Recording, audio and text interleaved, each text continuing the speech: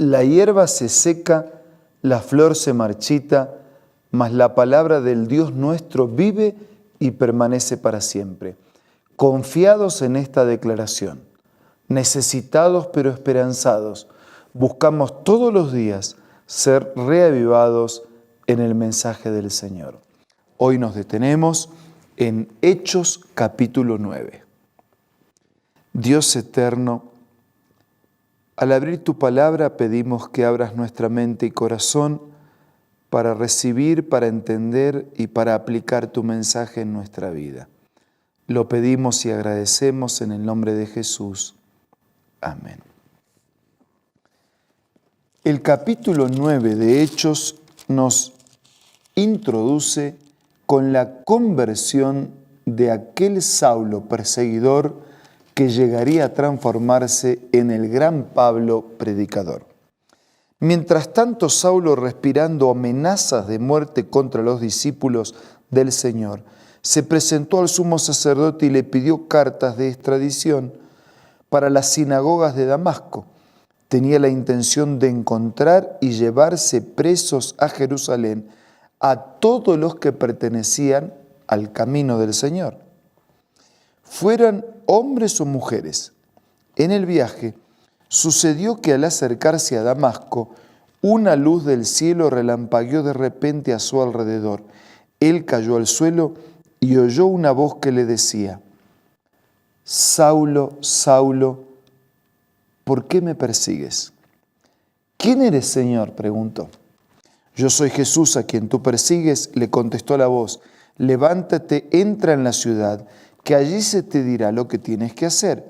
Los hombres que viajaban con Saulo se detuvieron atónitos porque oían la voz pero no veían a nadie. Saulo se levantó del suelo, pero cuando abrió los ojos no podía ver, así que lo tomaron de la mano y lo llevaron a Damasco. Estuvo ciego 3 días sin comer ni beber nada. Había en Damasco un discípulo llamado Ananías, a quien el Señor llamó en una visión. Ananías, aquí estoy, Señor. Anda y ve a la casa de Judas, en la calle llamada Derecha, y pregunta por un tal Saulo de Tarso. Está orando y ha visto en una visión a un hombre llamado Ananías, que entra y pone las manos sobre él para que recobre la vista.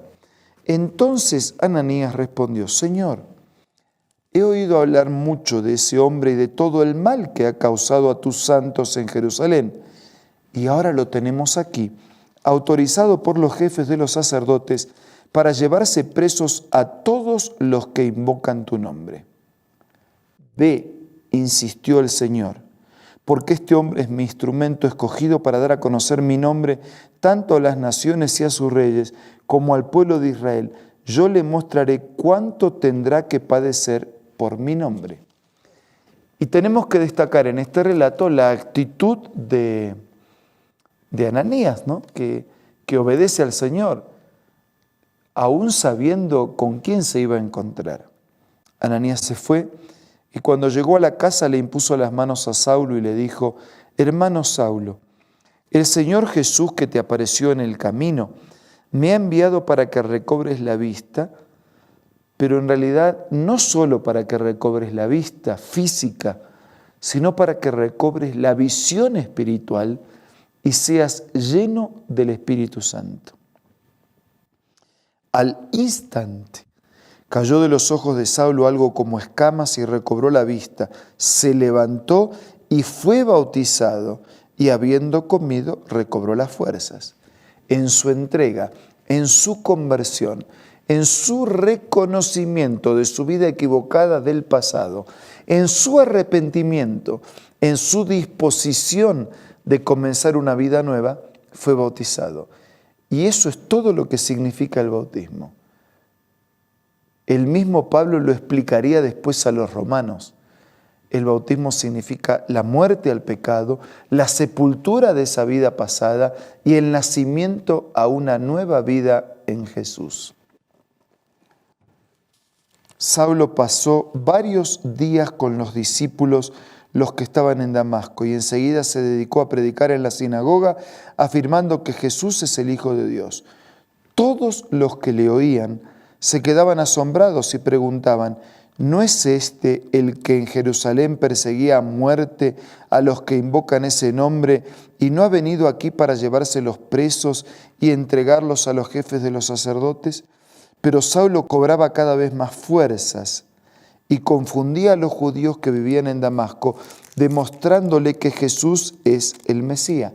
Después de muchos días, los judíos se pusieron de acuerdo para hacerlo desaparecer, porque no creían en su conversión.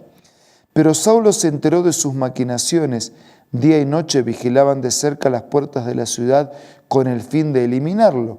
Pero sus discípulos se lo llevaron de noche y lo bajaron en una canasta por una abertura en la muralla. Cuando llegó a Jerusalén, trataba de juntarse con los discípulos, pero todos tenían miedo de él porque no creían que de veras fuera discípulo. Entonces Bernabé lo tomó a su cargo y lo llevó a los apóstoles. Saulo les describió en detalle cómo en el camino había visto al Señor, el cual le había hablado, y cómo en Damasco había predicado con libertad en el nombre de Jesús. Así que se quedó con ellos y andaba por todas partes en Jerusalén, hablando abiertamente en el nombre del Señor. Conversaba, discutía con los judíos de habla griega, pero ellos se proponían eliminarlo. Cuando se enteraron de ellos, los hermanos se lo llevaron a Cesarea y de allí lo mandaron a Tarso. Y mientras tanto la iglesia disfrutaba de la paz, a la vez que se consolidaba en toda Judea, Galilea y Samaria, pues vivían en el temor del Señor, e iba creciendo en número, fortalecida por el Espíritu Santo. Una iglesia que bajo el amparo y las promesas del Espíritu Santo crecía geográfica y numéricamente. Ahora comienza el viaje misionero de Pedro. Dice versículo 32 que estaban recorriendo toda la región, fue también a visitar a los santos que vivían en Lida. Allí encontró un paralítico llamado Eneas que llevaba 8 años en cama. Ya eran personas convertidas. Y Eneas le dijo a Pedro: Jesucristo te sana, levántate y tiende tu cama. Y al instante se levantó. Todos los que vivían en Lidia y en Sarón lo vieron y se convirtieron al Señor. Y ahora pasamos a Jope en este recorrido misionero de Pedro.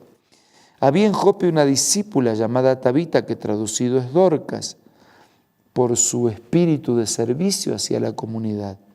Esta se esmeraba en hacer buenas obras, en ayudar a los pobres. Sucedió que en esos días cayó enferma y murió.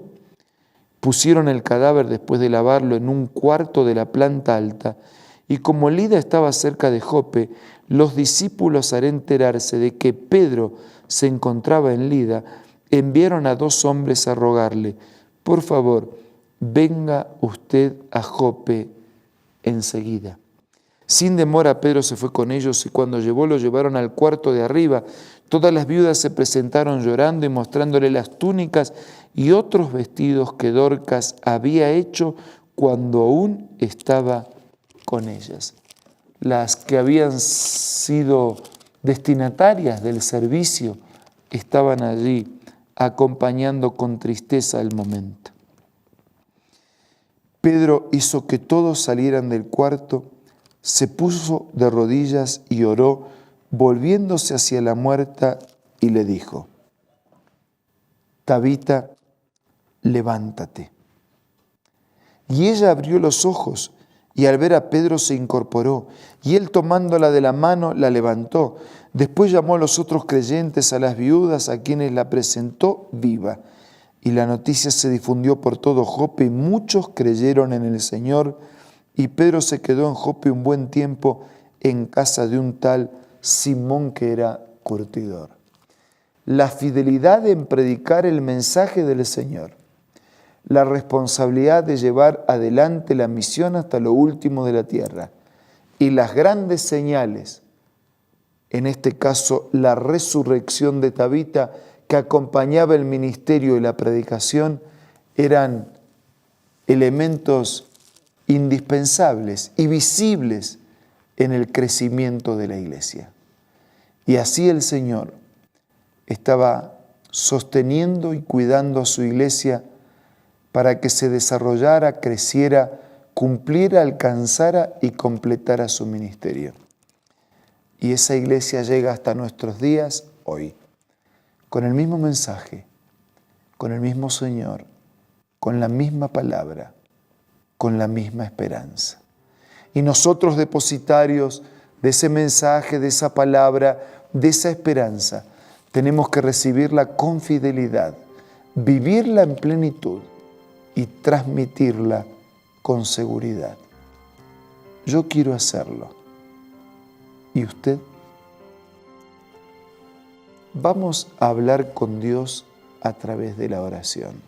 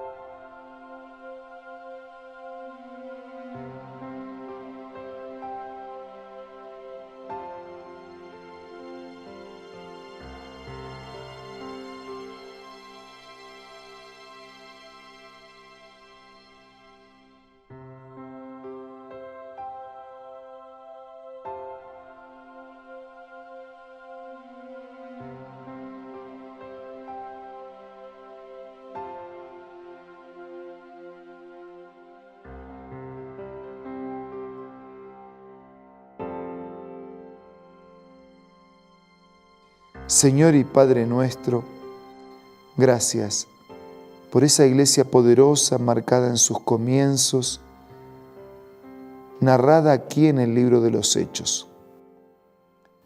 Danos a nosotros el mismo espíritu de defender tu palabra, defender tu verdad, de vivir enfocados en la misión,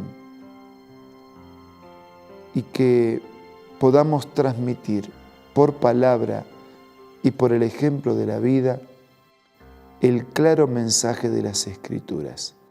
Quédate con nosotros y con todos nuestros hermanos y amigos. Te lo pido y te lo agradezco en el nombre de Jesús. Amén.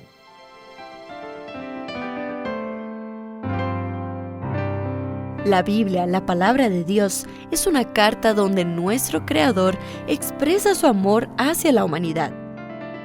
Es una recopilación de textos que en un principio eran documentos separados, escritos por varias personas, todas ellas inspiradas por Dios. Primero en hebreo, arameo y griego durante un periodo muy dilatado y después reunidos para formar la Biblia cristiana. Está dividida en dos grandes secciones, el Antiguo Testamento con 39 libros y el Nuevo Testamento con 27.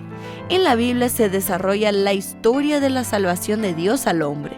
En toda ella hay una línea conectora que une todo, Jesucristo. Busca también en tu App Store o Play Store y encontrarás varias opciones. No olvides descargar también el aplicativo Reavivados por su palabra y sigue la secuencia de su lectura. La Biblia es la palabra de Dios. Muchas gracias por su compañía de hoy y de siempre. Nos reencontramos mañana, si Dios quiere.